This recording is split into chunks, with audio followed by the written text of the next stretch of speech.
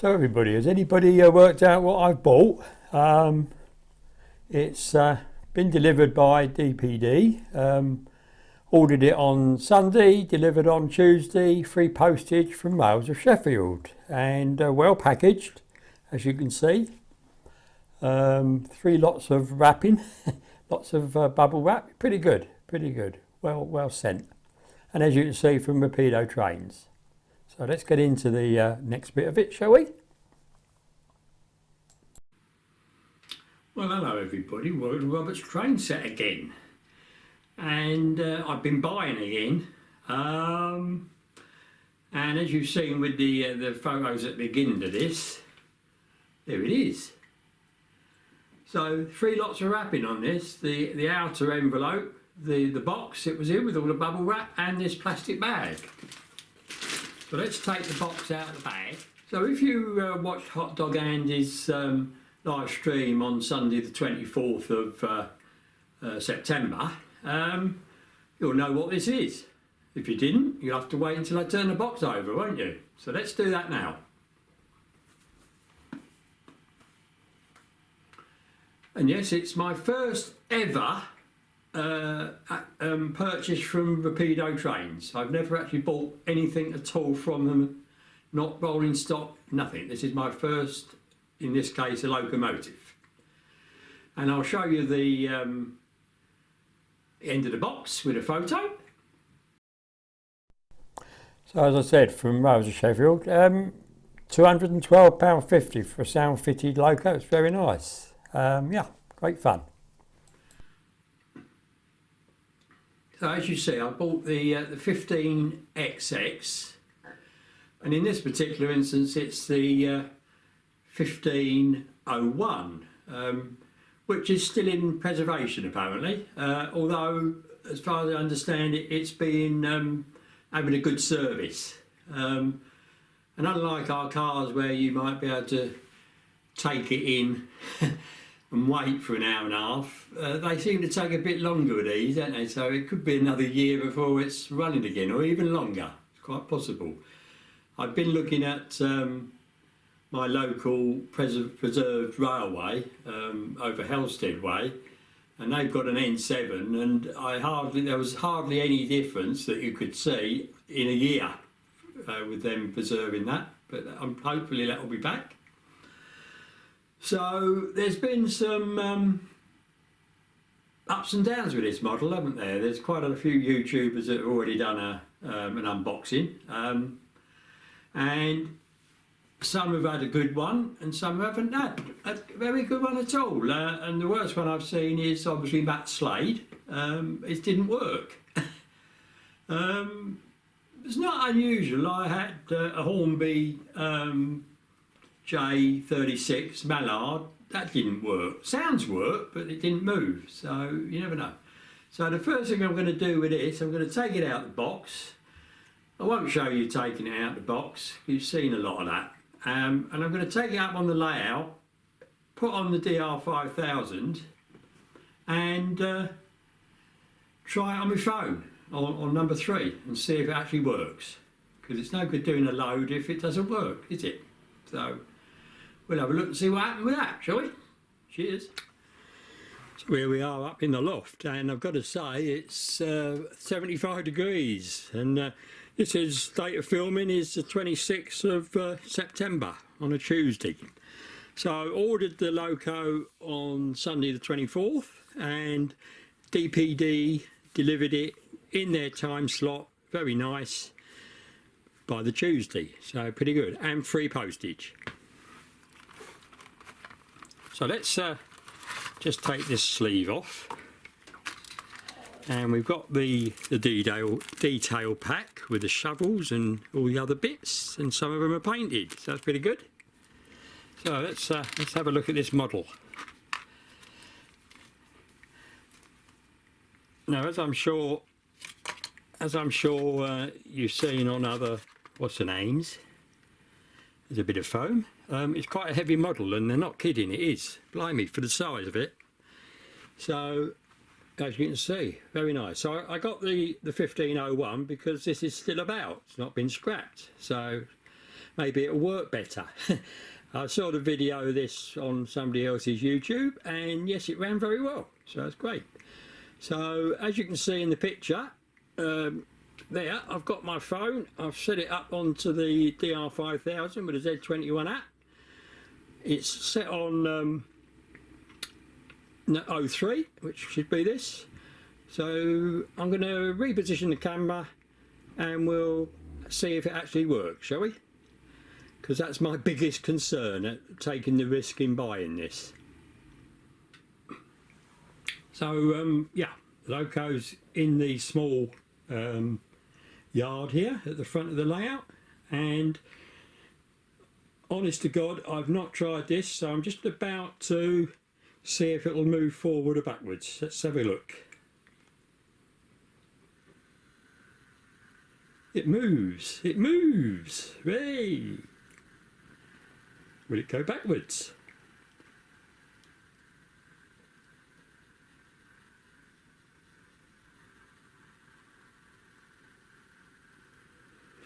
So remember, this is DCC sound, and it's looking good, isn't it?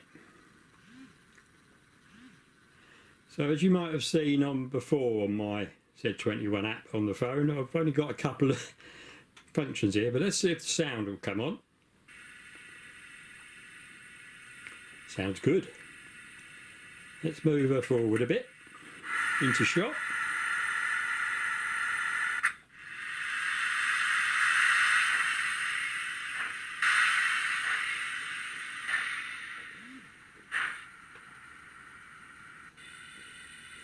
Have we a whistle?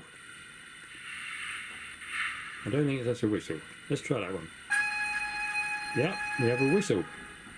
So that's the only ones I can do at the moment.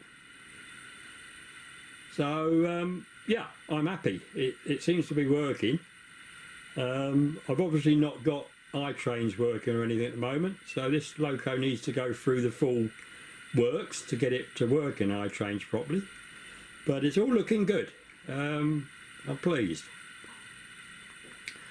So I'm going to finish filming here because I'm getting rather warm, and when I come back, and it might be a few days later, we'll try and do a little demo of this, doing what it used to do, which was to bring in the coaching stock for bigger trains. So we'll see how we go with that, shall we? So I think what I'm going to do now is I'm going to get it on one of the loops. It's empty, which I think is the inside loop, looking at it, and just give it a bit of a run in before I do anything else. We'll see how we go. All right, I'll see you later on.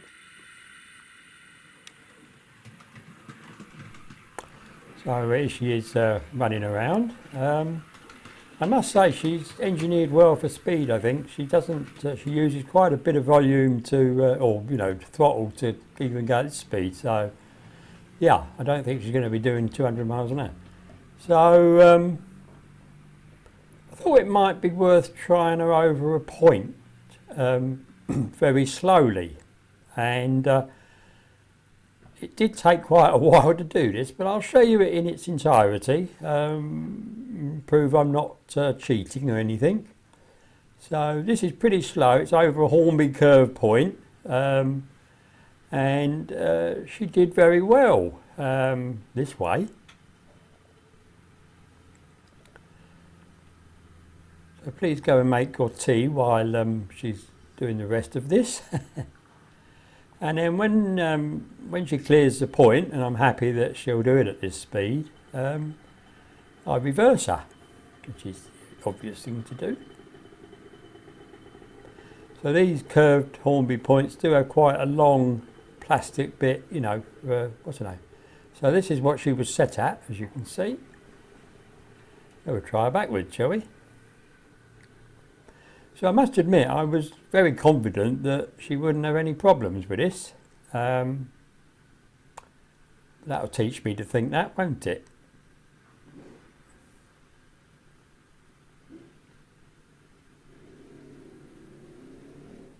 Yeah, she stopped. So I gave her a little wobble.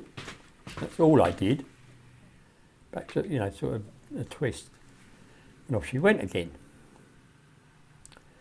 So I thought it seems odd that, you know, she's run really well. So I gave her a clean on my Gauge Master wheel cleaning set, which worked really well. Just ran her along, set her up again to go backwards, and I was hoping that would have fixed the problem.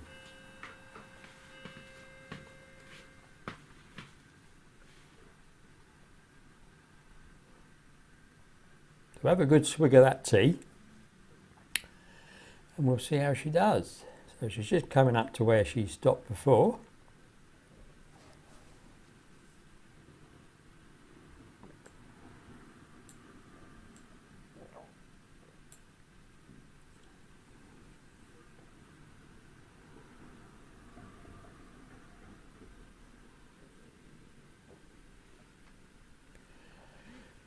And yes, we had a result. She didn't stop. So I was quite pleased with that.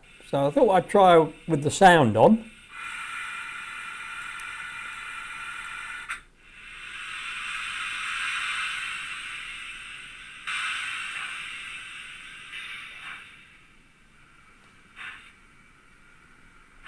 Again, quite slowly.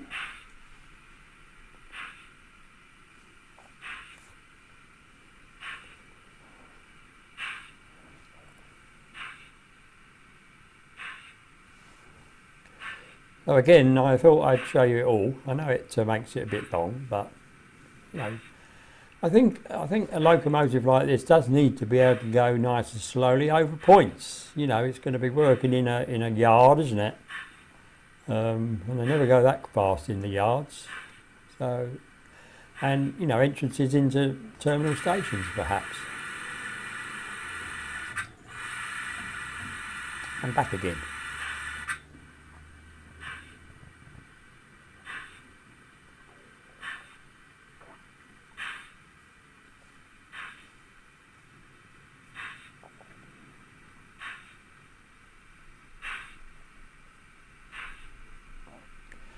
And if you were wondering, I didn't actually clean the track before I did any of this, to be honest. I just, I tend to clean the track when I get a problem, and I just clean that bit of track.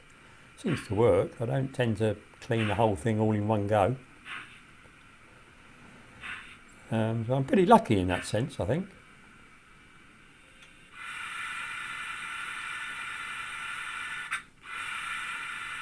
So then I thought I'd set her off again, doing a few more laps to run in. She's still not been fully run in yet. As I said, it was pretty hot up here, but I just thought I'd stay up and do what I could.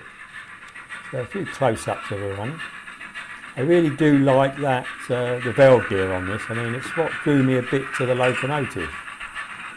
And what I will say is, for the £212.50 price tag for this, usually the manufacturers say, well, you know, if it's got complicated valve gear, it costs more money, doesn't it? Which you can understand. So, you know, this has got as complicated a valve gear as some of the really big locos, and it's die-cast metal, most of it, and yet it still comes in at £212 with the sound. I mean, you know, I wonder who's been taken. So I just thought you'd like a few close-ups. So I always think you get a better close-up with a still camera. So that's what I do. So I hope you like it. Even if you want to have a bit more of a look, just freeze it. So the detailing on this is pretty good. The hatch on the top of the roof does open, which I didn't realise. And we've got the back and the front. If you notice, it's got a crooked number. 1501 is crooked, but I have straightened it up. Just turned straight all right.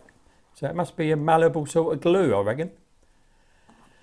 And again, the valve gear and all the details, and it's painted and everything.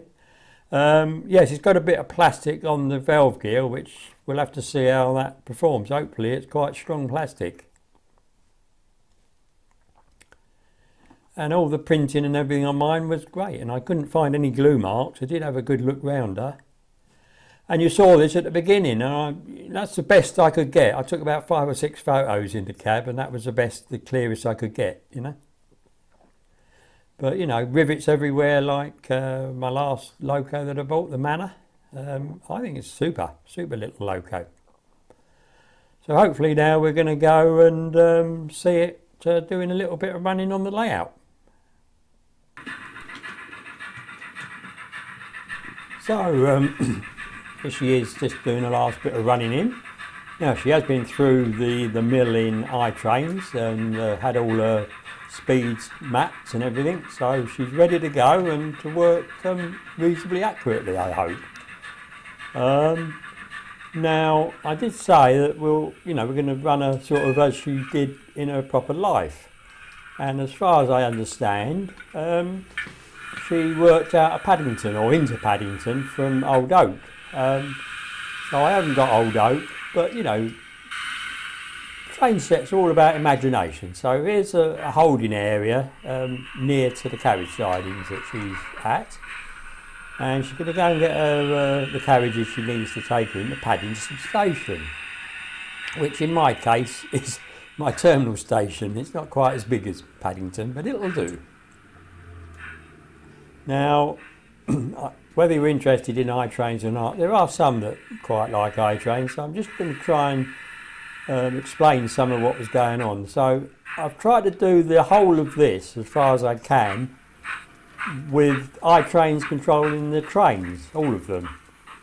There is one little bit that I couldn't, which I will tell you about when we get to it.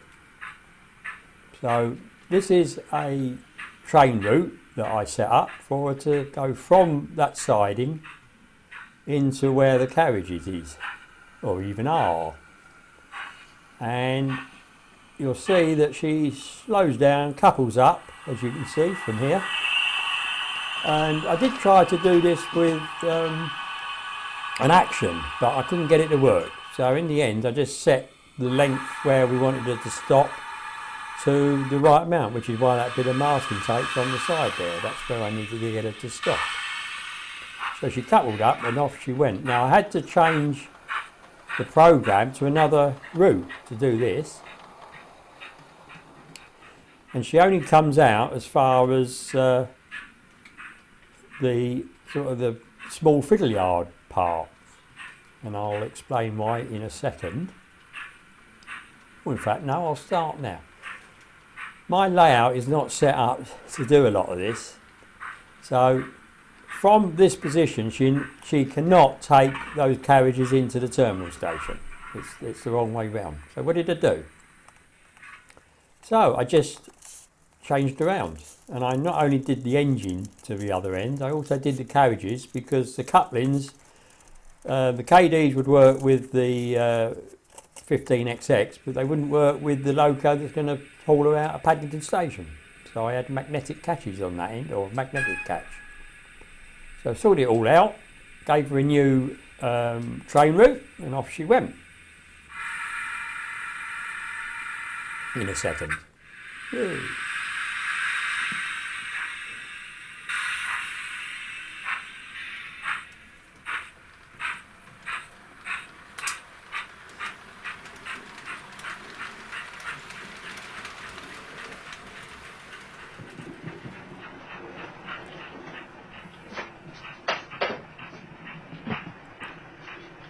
Nice route from to Paddington Station. I don't remember seeing any big hills when I used to live near there, but there we are.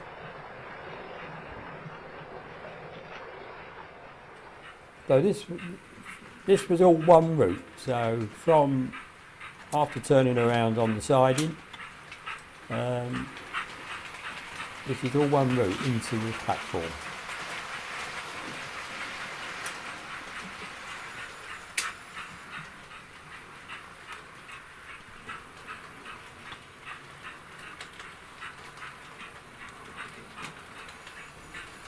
So she's coming into the terminal station, and she obviously needs to stop so that the locomotive that is going to take her off to the West Country can pull away without trying to take the loco with her. Was this a bit I did manually? Well, no, it wasn't. Again, I got the length that I needed to get her to stop over the uncoupling ramp. and that's what she did. I've got a little photo of it, I think. There we are. So at this stage she's obviously coupled up, but when we back the loco, and we're going to use this class 52 Western,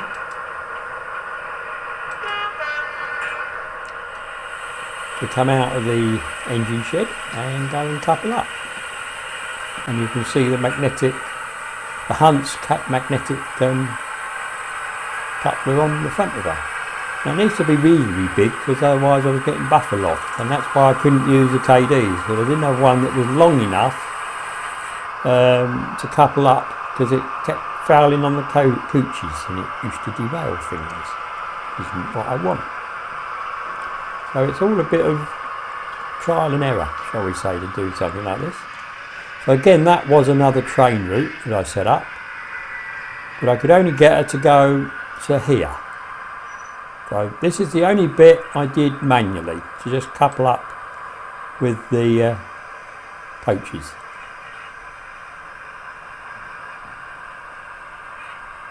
And as you can see, as she coupled up, she went back a little bit. And here she is ready to go. So,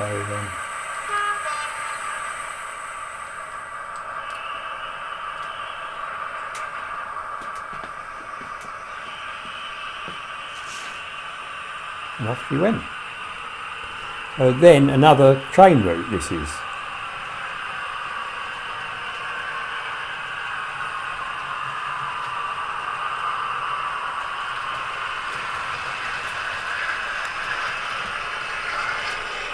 Now she hasn't run for quite a long time, this Western.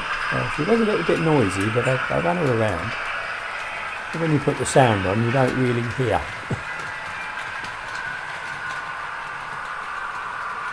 It might need a bit of further investigation.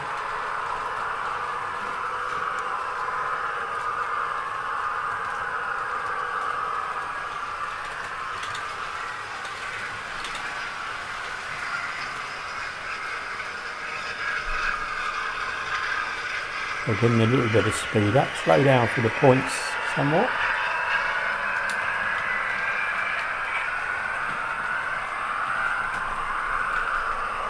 And away she goes to the West Country. I hope they have a nice time on their holidays.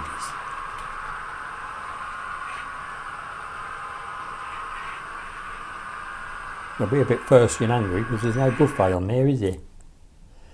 So you can see where she was pulled away from the loco, and I didn't touch her, honest. So what next? Well, for the 1501, she's got to go back to the loco shed because she's going to need some coal and some water, I believe. So again, this is a new train route. Now I didn't do any actions where I got whistles to blow or whatever, I did them manually. I could have done it, it was just the time taken to sort this out. Time was going on.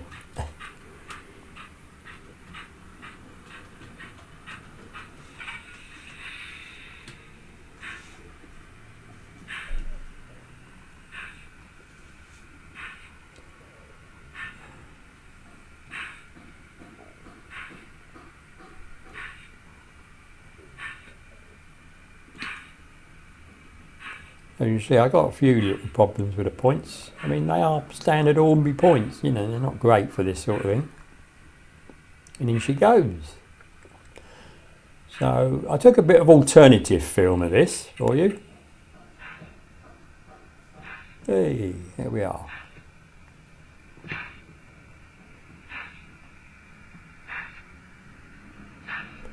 I'll be coming in a little bit quick there, but there we are. Like Flying Scotsman did to their cabbages. It's quite a bump, wasn't it?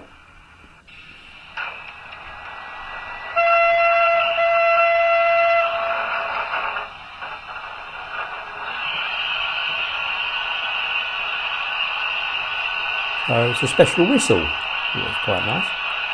You can hear me saying it.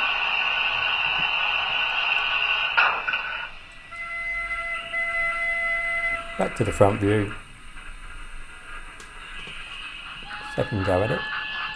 So is my new outro, and it's obviously gets on Saturday. This is why I put this up on the Thursday.